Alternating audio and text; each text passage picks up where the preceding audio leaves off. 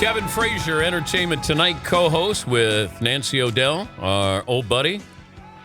Joining us here in the Man Cave. Got his new sneaks on, his tribute to, as he said, the greatest Laker of all time. Kobe Bryant. Oh, I don't think there's an argument there. Let's not get into an argument. There's no argument there. Greatest Laker of all time. You want to tell me who? Magic, great Laker. Played with a lot of great players. Would Magic have been a great player on any other team? I think Magic was a great player. If you go back to Michigan State and you watch him, go back to the tournament run that he had his sophomore year, and they beat a Kentucky team that everybody thought was going to light them up when he was at Michigan State. And it was really just Magic and Kelser. I mean, Magic was... Well, they had Vincent, too. I'm not taking anything away. But Magic got two first-round picks on that team. Yeah. Jay Vincent and Kelser. Right. And then let's also remember that, James Worthy wasn't bad. I mean, Byron Scott and, Sam Perkins, those guys, they weren't bad. They were good players. Kobe played with some good talent, too. Yeah. Guy named Shaquille O'Neal. Greatest big man of all time. So you would rather have Kobe's career than Magic's? I mean, I think Kobe's the best Laker of all time. Magic stood on the middle of Staples Center court and said that. He stood in the middle of the court and said that. Well, Kareem, what could look? There's a handful of superstar Lakers that you want, and it is Magic, Kareem, Kobe. I go back to say Wilt, Jerry West. I don't think. But if you're starting your team, and I give you any Laker, I can give you Shaq, Kobe. Well, see, hold on, Magic. hold on. What? This is different because it depends on whether you're starting it now or then or with the era. Like, look, Shaq was the most dominant force at one time, but Kobe is the greatest Laker. So who would you start your team with today, knowing their talents how it would translate to today's game, which would benefit you taking Kobe? So you would take Kobe to start your team. I mean, listen, you don't go wrong with Magic, Kareem, Kobe, or Shaq. You don't go wrong. But you're taking Kobe. I'm just saying. I love Shaq, and I understand people are going to make noise and everything because people forget how magic this kid was when he was in his prime, and that's how it goes. People forget.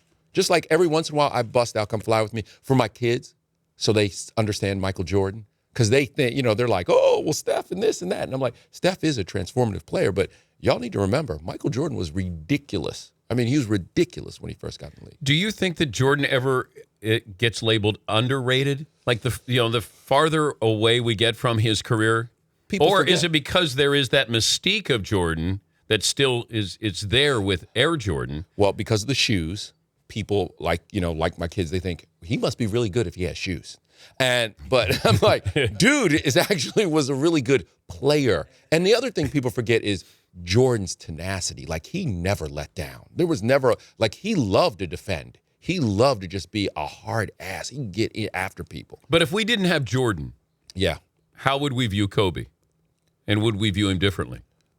He would be a different, Kobe was the closest thing to Jordan without the mentality. Jordan's mentality was a little bit different. But, those years at North Carolina changed Jordan. And Kobe didn't have those years. And I think that would have made a difference in his career. But I will say this, that you talk about a guy who just simply studied the game, loved the game, and lived the game, then you're talking about Kobe Bryant lived the game.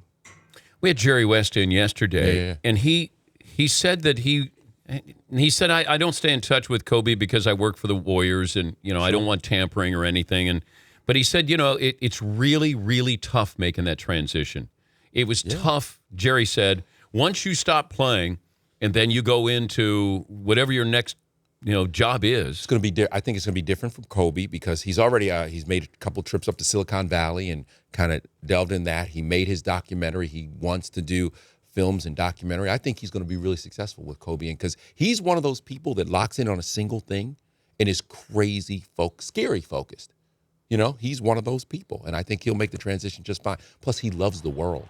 Kobe can travel the world. He's the guy who was going to Barcelona and understanding what was going on in China. He's one of the most popular people in China. Like, that dude right there is one of the most popular people in China. He's Kevin Frazier from Entertainment Tonight joining us. Lakers now second pick. Yeah. Would you be satisfied with Brandon Ingram?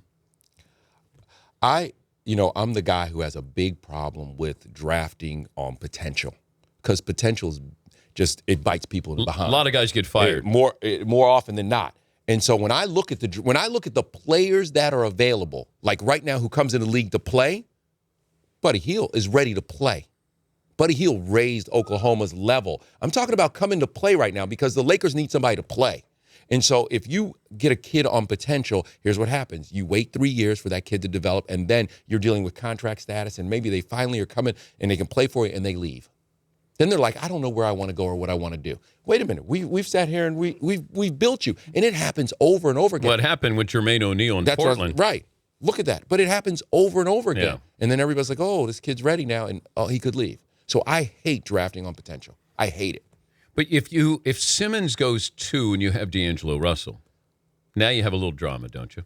Well, but do you have a problem there? Like, okay, let's take D'Angelo Russell, and here's what I've always said about him. If you look at D'Angelo Russell, look at the last guard from Ohio State that came out after his freshman year and how long it took him to develop. And it's Mike Conley with the Grizzlies. He's a solid point guard now, but it took time for him to develop. He's not a superstar, but he's a really solid, good point guard, and you take him. We can hope that D'Angelo Russell turns into Mike Conley. Like, we can hope. Like, if we're lucky, that's who he is. Otherwise, I don't know that I'm sold on deloading yet. I don't know. I'm not really sold. So if I could package him, I might package him. Well, you don't know at 19 or 20. No. You have a better idea at 22, 23. Dude was riding a school bus not that long ago. I mean, he might have a nice car now, but he was on a school bus a minute ago. That would be my concern is trying to be a talent evaluator. Of course. Where you can give up on somebody or somebody, you got to wait for them to develop. And if you're the Lakers, you're not winning anything next year anyway.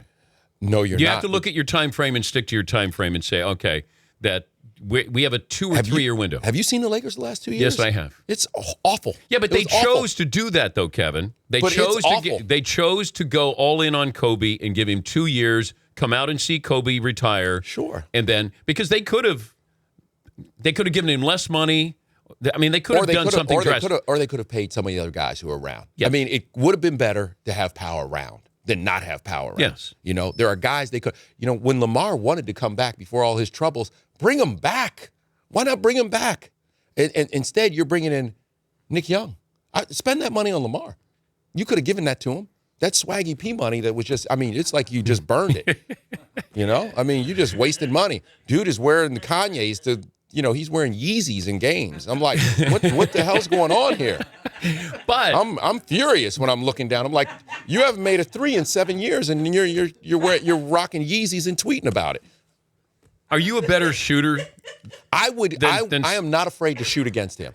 If tomorrow Nick Young calls me and he says, we'll go down to Staples right now, we'll shoot threes, I'm good with that. Because I've seen you shoot. I'm good with that, Dan. Yeah. I'm good with that. I'm good. I'm like, okay, Nick. Yeah, you take your shot. Let's go. You take your shot, I'll take mine. Are you going to wear those Yeezys? Because if you wear the Yeezys, I'm going to wear my Kobe's and we'll shoot. All right, we'll come back with Kevin Frazier. I'll ask him the poll question.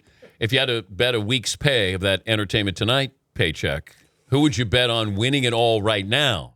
Can I talk to you for a second? Yeah. About when you come to Hollywood, Yeah. you have to be all in Hollywood. Do you know what I mean by being all in? Like when we come in, when people arrive in the back, there has to be like, a little stash of folks. They make you up. They do all that stuff, We keep it real. I understand. I'm So real with you. I'm real with you. I was just telling you that now you're in Hollywood, Oh, so you want like a little makeup? snack, a little. Oh, there's no snacks back there? There's some bars, There's like, the lattes, can I get a bar thing? Now you got to. What do you got? Because you're bringing in some real Hollywood folks. Yes. I'm regular guy. I'm good like this. I'm good. But you're the only guy. I've made the trek. To You're the man only guy cave. who complained about the green room. No, I was letting you know. Will Ferrell brought his own groomer yesterday. I mean, I love Will. I see him all the time. Why wouldn't he? It's going on TV. I know, but you look good. No, I feel good. Yeah, I don't have a need problem with that. makeup. I'm just letting you know. It's Hollywood. I told these guys It's Hollywood. I couldn't get a makeup artist for them. What? We don't have a makeup artist. Look at Guys. us. No, we don't need Guys. it. But that's real. Dan, I understand. But Kevin, this the is a reality in radio Hollywood. show. The reality. No, this is not a radio show. No, but it is a radio show that's on TV. But people everywhere know who you guys are and what We you look would like. sound different if we had makeup on, Kevin. No, you. Yeah, we would. Let me just ask you this: How long are you guys here for? Till Friday. I mean, can we do a Danettes makeover? Like a makeover? Can we do a Danettes makeover? Do you guys want to do a makeover? Can we do a Danettes makeover one day? Can we do that? Are you leading the Maybe charge Friday? on that? I'm leading the charge on this. Yes. You know people. Okay. I mean, I know some folks. We could probably do That would be nice. But who needs makeup the most over there of those guys? Like, I'm the oldest, so I know I need it. Kevin, you won't hurt my feelings. I did. No, you got to pick it. You got to. If we're going to take part in the makeover, you must tell me which Danette needs the most help. Everybody use a little touch to look a little prettier. I need a name. Kevin, I need a name. Listen, let's look afterwards. The before and after pictures always tell the difference. We'll take before and after pictures, and do the whole. But then you got to say, this guy looked the worst. He improved the most. Right, exactly. Okay, is that fair enough? Fair enough. Wow, brutal. Yeah. But right now, nobody looks Hollywood. So we can do that Friday morning? Yeah. Is that all right? Yeah. I like it. I'm making calls. I like it. I'm making calls. We're going to, the new Danettes. Yeah. Wow. Everybody seems kind of excited. Oh, I've they been are. lobbying for makeup for 6 years. McLovin thinks it's going to change how he looks. Well, it's just, you don't put somebody without makeup on TV. I know that. But you kind of, and I'm the palest person on all of television. And that Earth. We did a spray tan, and it didn't take on McLovin. Like 6 layers. They just kept going, and nothing. It didn't change. His skin was like flame retardant. Oh, there are professionals out here. They'll have you. Oh, come on. They'll take care of you. They'll orange you up. Yeah. I like that. Well, orange is the new black, bro. Oh, yeah. You've been hanging out with the Kardashians? Like, Entertainment Tonight, you get sent on these assignments, and there have to be assignments where you go, oh, this is not going to be fun. I mean, there's some where you're like, what in the world is going on? Like, there are ones where you're like, this is legitimately crazy. And there are also ones where you're like, oh, my God, I can't believe I'm standing here. Like, there have been a couple of times recently standing next to J-Lo where I've been like, this is crazy. Because she wears these crazy outfits. And here's my big thing about J-Lo is that she looks incredible. But she went out, had twins. She's over 40, and she looks incredible. You're like, goodness. Everybody looks great at 20, Dan. Oh, I agree. At 40, you're bringing heat. But I like when those magazines go, celebrities without makeup, and they'll show a 26-year-old. And I'm going, if you don't look good at 26 without makeup. Good night now. Yeah, it's not good night now. Yeah. Good night now. Yeah. And, we run across the Kardashians, But is it painful? Like, you have to put on a face when you go out there and talk to them, right? I'm genuinely entertained by a lot of the things that people have to say. Just like, sometimes you're entertained. Look, were there times when you would do SportsCenter in the middle of baseball season where you were like, I can't take it? Yeah. Okay. But it's only one highlight. Like, I'm doing the Indians highlights. You have to go out and do a feature. You do the Indians highlight, and then you'd have to do a Houston highlight, and then your Brewers. Yeah. And so, there were some times where the show was, you're like, dude, don't give me the baseball rip. I'd rather give me the football news, man. Yeah, give me anything, but just don't give me the baseball rip. Give me an obituary. Yeah, anything, right there. Yeah, so, I mean, there are some where you're like, but they turn, the stories always tell themselves. They turn out. All right, got to pay. You got to bet a week's pay. Mm-hmm. This team will win the NBA championship. I don't know, because right now, if OKC, and not enough people are talking about the job that Billy Donovan has done in getting that team to take care of the ball, play together, even though Kevin Durant took some crazy shots down the stretch in game 1. But anyway, playing together and taking that mature step forward. Are you taking Oklahoma City? No, I can't take Oklahoma City. Well, because then don't waste Steph's my time. Steph's going to come out and drop 50 on them. You understand. Steph's so do you have Golden 50. State? I mean, until the, I got 20 seconds here. Golden State. You got Golden State. Okay. That pained me to say that, but I mean, because Golden State. But I think Cleveland's on a mission. The Danette makeover on Friday morning, courtesy of Entertainment Tonight. Can we get that done? Yeah, absolutely. Hey, great appearance. I love being here. You came in hot, man. I love You being set here. the bar high. Rich Eisen joins us coming up. We say goodbye to Kevin Frazier from Entertainment Tonight. The Dan Patrick Show, weekday mornings on Audience.